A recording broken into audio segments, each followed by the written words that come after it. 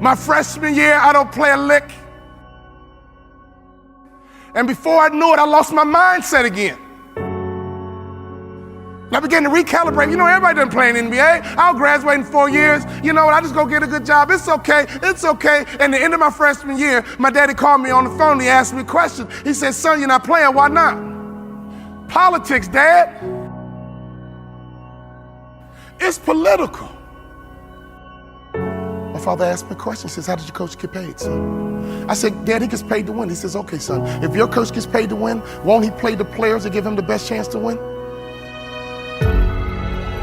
He said, son, you got recruited, you took all your visits, you chose Minnesota. You took your time and you chose Minnesota. You told me that you're gonna turn that program around. You told me you're gonna graduate in 4 years. You told me you're gonna make more money in business than you did in sports. One of the core values of our training and development called family was accountability.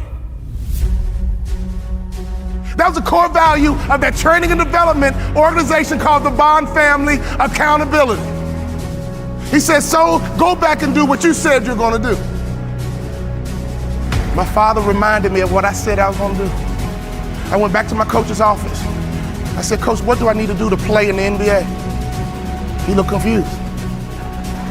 This is what I told him. I'm gonna become somebody different. What do I need to do to play in the NBA? I'm taking this thing to the next level. We about to rise up. So for you to be passionate, your logic and your emotions need to be intertwined. See, some of you guys have the intellect and some of you guys have the passion, but you have to have both to be successful in this business. Sharks are hunters and predators. They never stop swimming. In fact, if a shark stops swimming, it will die. If a shark goes backwards, it will die. Think like a shark, act like a shark, and behave like a shark. Could I ask you a question right now? Could I ask you a real question? Not your neighbor, I'm talking to you. What kind of student are you right now in life? You're in charge of your promotion. If you do 5 million and want to get to 10, you're in charge. In order for you to rise up, you better take your game to the next level. Your mindset needs to go to the next level. Your information needs to go to the next level. Your relationships need to go to the next level. Take your money and get information and access, and you will get good habits and good rituals, and you will go to the next level. Coach, what do I need to do to play in the NBA? He says, you can't run, you can't jump, you can't dribble, you can't shoot, and you can't rebound, son.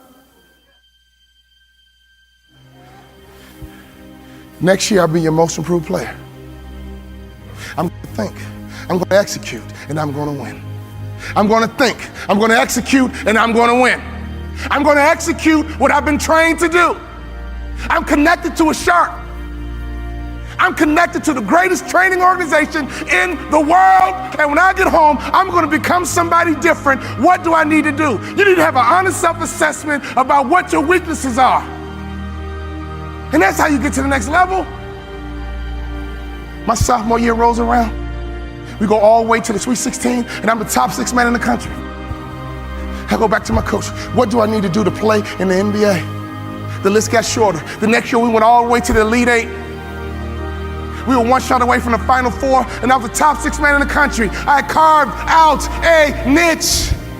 And that's what impact players do. They make their community better. They make their city better. They make their town better. They make realtors better. Be an impact player, and anyone in your life, if they need a shark, you become their shark. All I had to do was have 1 good year, and I walked right into the NBA. My senior year, everything lines up. But the first game of my senior year, I break my foot. I come back in 6 weeks and I break my foot a second time. In my mind, my college career was over and my NBA dreams were dead. I averaged 7 points a game. I got offered a $75,000 job because one of our season ticket holders liked me. Right before I took the job, my daddy called me on the phone. He would always ask the right questions at the right time. He said, you had a tough year, son, what's next? I said, Daddy, I'm gonna be a hospital administrator, $75,000 job. He said, not bad, son, but can I ask you a question?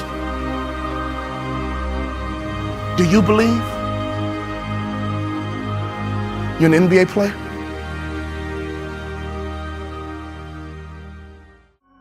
come on now, Dad. I only average 7 points a game, Dad. We're not like these other black families that just need basketball, Dad. We're educated, Dad. We're not dependent on basketball, Dad. We're balanced, Dad. We're educated, Dad. I got a $75,000 job, Dad. Do you believe, son?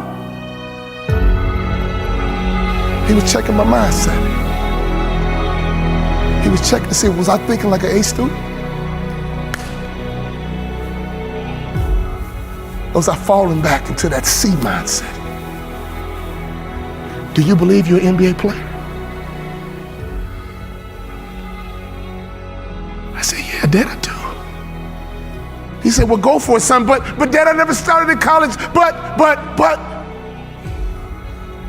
My father said, you told me, son, that you're gonna turn that program around and you did it from the bench, son.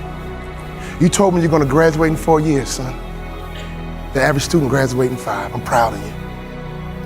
But you told me that you're gonna play in the NBA.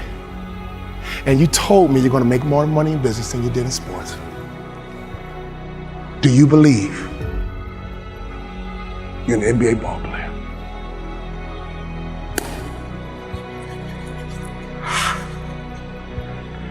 I do, Daddy. Go for it, son. Go for it.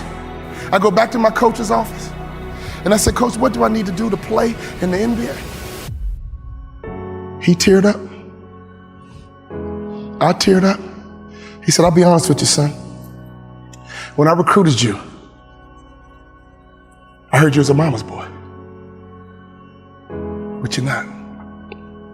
In fact, you're one of the toughest players I've ever had. I'm a Hall of Fame motivational speaker. I go all over the world running my mouth. But he gave me the greatest compliment I've ever received. He said, you're just like your daddy.